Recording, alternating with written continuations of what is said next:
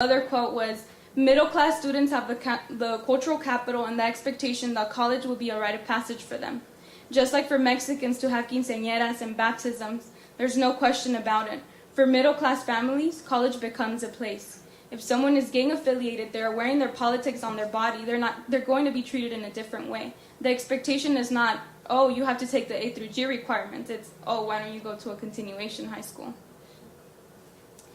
So the other theme was educators' perceptions of these students, and this is just a list of some of the perceptions they had, and they said that overall these students are real.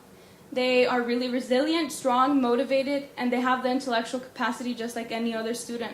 And they tend to have this, a lot of awareness of discrimination. They have this social justice antenna. Because they've been living in social injustice for most of their lives, they know when they see discrimination, and that leads them to question authority a lot.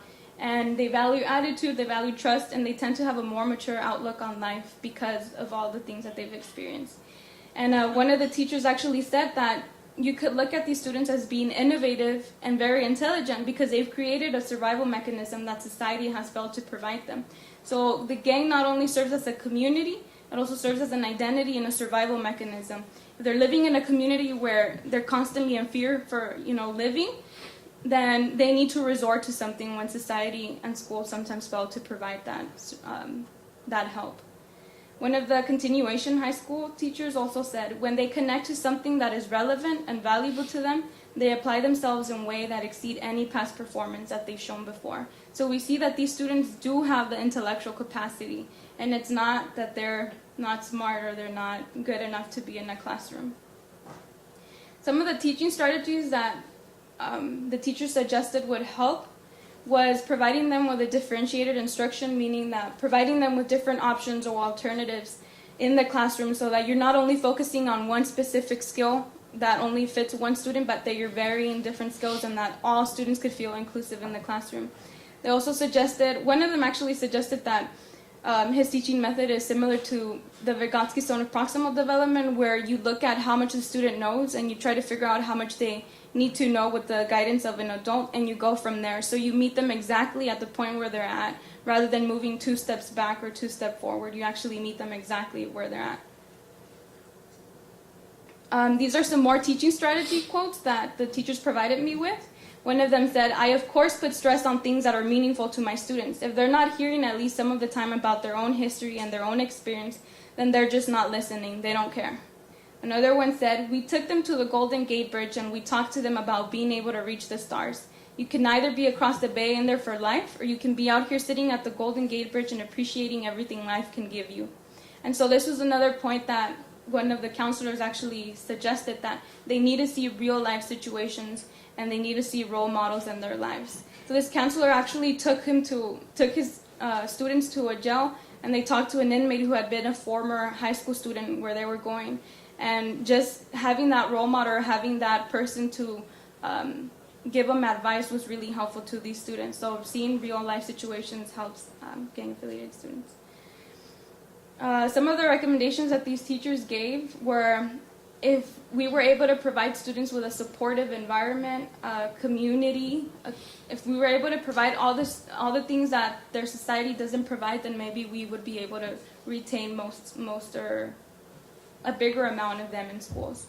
They also suggested that giving them the attention, the motivation, and the encouragement that all students should receive in public schools would be of great success. Also providing them with small classroom, and overall they all stated that the education system as a whole has to change. So I'll leave you with this quote. One of the teachers paraphrased John Locke, who said, when a group of people get together to form a community, they become a body that is incorporated. People want to belong to an organization, whether you're a Boy Scout or in a soccer league. They want to belong to a family unit. When you have a sense of belonging, when you don't have a sense of belonging, you want to belong. Young people end up choosing to belong to a street club named a gang. And so if schools could provide the sense of community, if schools could provide students with the sense of belonging and the sense that they're wanted and needed in the schools, then maybe we would see more Latinos graduating.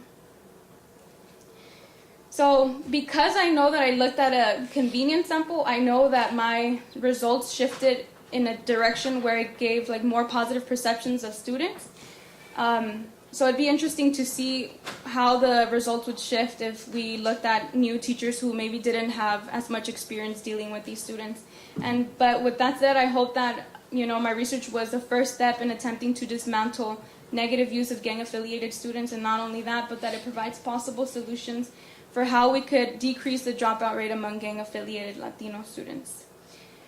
It's funny because this was a draft PowerPoint, so I kind of got scared. There is a picture of my brother here because he serves as a main inspiration for all of my work. So I just want to say thank you to everybody and pretend that my brother's picture is on there. And so yeah, thank you for making this project possible. And yeah, thank you.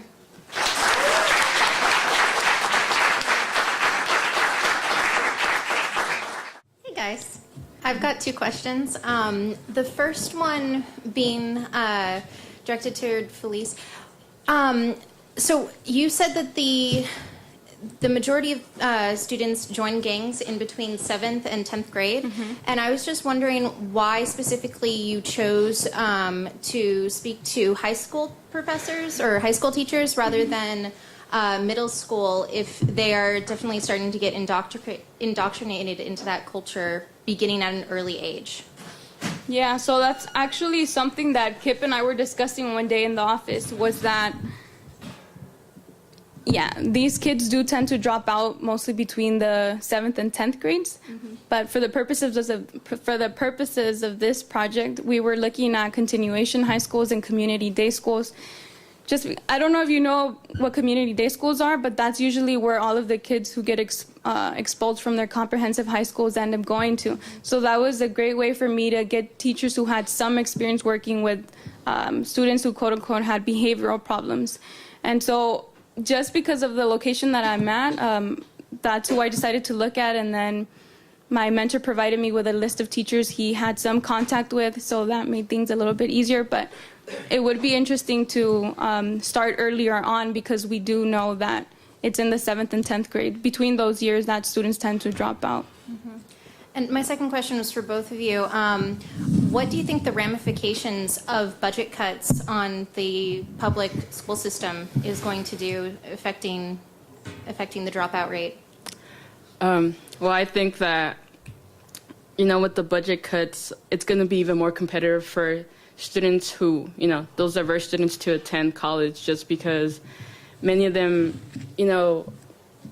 don't have the grades that they need to get to some institutions. But that's because, like Felice was saying, the system is failing in itself. And we're seeing that now, and it's catching up to the educational system. Mm-hmm. So I think this is going to be a very impactful, maybe just even this year, this coming fall, for incoming freshmen. I think we're already seeing that. And I don't, depending how budget cuts goes throughout the years, if it's less, then it's going to be even harder and even more competitive, I think, for students to come in here, mm-hmm. especially students from our community. Okay. Thank you. Very good presentation. I have questions for you, Felice, Mm-hmm. A few of them. One, noting the apathy in educators where they attend the school and they're only there for the paycheck, how do you propose changing that mentality? Secondly, noting the fact that some of the gang members are very good entrepreneurs, how do you make that transition to help them appreciate that academia could be an avenue for them? Okay. Well, sorry, you asked that question and my brain was just like thinking of a bunch of stuff. But I guess to start off with the first question, I don't want to say that all teachers are apathetic and they're just there for a check, because they're not. There's teachers that are that mean well. But sometimes, because there's a disconnect between maybe their background and the students' background, that can cause tension and that can cause problems. But I think that's why there needs to be more education in terms of teaching, not the student, but teaching the teachers how to deal with students that maybe come from a different background than them. I know that Kip and I were also discussing the point of learning a second culture. It's up to the teachers to, get their things together and like actually try to learn a second culture. If you're dealing with students who are very different from you, then it's up to you and it's your responsibility to start learning more about these students, not only inside school but outside school, and looking at other venues where these students are actually doing good or doing well. Because just because they're in school and they're performing bad in school doesn't mean that they don't have other skills that are not apparent within the education system. So just taking the time, I think, to look at students in a different light, and then actually taking the time to try to connect with your students. And then the other question was that these students are very cool and smart. What? Okay. Okay, I think that's interesting because I don't consider myself smart, but I'm here. And so it's interesting to note that there's other kids that are really smart, but based on the way that they look, based on the way that they talk, based on the way that they walk, they're not here. Because there's that expectation that just because you look a certain way, you don't belong in a higher education institution. So I don't think it's mostly that the individual has to change. It's more of like the institution has to change in a different way. We're not placing negative perceptions or negative expectations on these students. And what I meant is in relationship to those students who choose gangs, because they Okay. are very smart. So how do you make academics, higher education appealing to them when they know that they can make the money that they need to in their communities because they have these qualities? Yeah, okay, sound good. Okay. And I have one more question. Okay. And then the other one, sorry. I love your questions. Yeah, thank you. And about the prisons, because a lot of the prisons now, they use them for as a workforce. So what do we do about the prison system, because they use them as a workforce, to eradicate this problem? Because our students, our children, our nieces, our nephews are going into the prison system, or they're going into the military because that's the workforce. Yeah. So how do we make school attractive to students rather than having them join gangs? So again, I think, there's a lot of factors that motivate students to joining gangs. It comes from like their community, like where they're living. And there's just a whole bunch of factors, like their relationship with their parents. There's so many factors that I don't even know how we would begin to solve those problems, because it's a very, it's a lot of things that society hasn't still, we haven't dealt with it. But I think the way that schools could begin to kind of move students away from the gang life would be to maybe incorporate certain things that these students can relate to within the classroom. So one of the teachers suggested that when he's dealing with his students, he's teaching them history, but with a social justice emphasis. So he gave an example where they were watching Blood In, Blood Out. And they were talking about it in a historical way, but also with a social justice emphasis. And this other counselor actually took his students to the jail. And, they had that real life interaction with a person that was like them.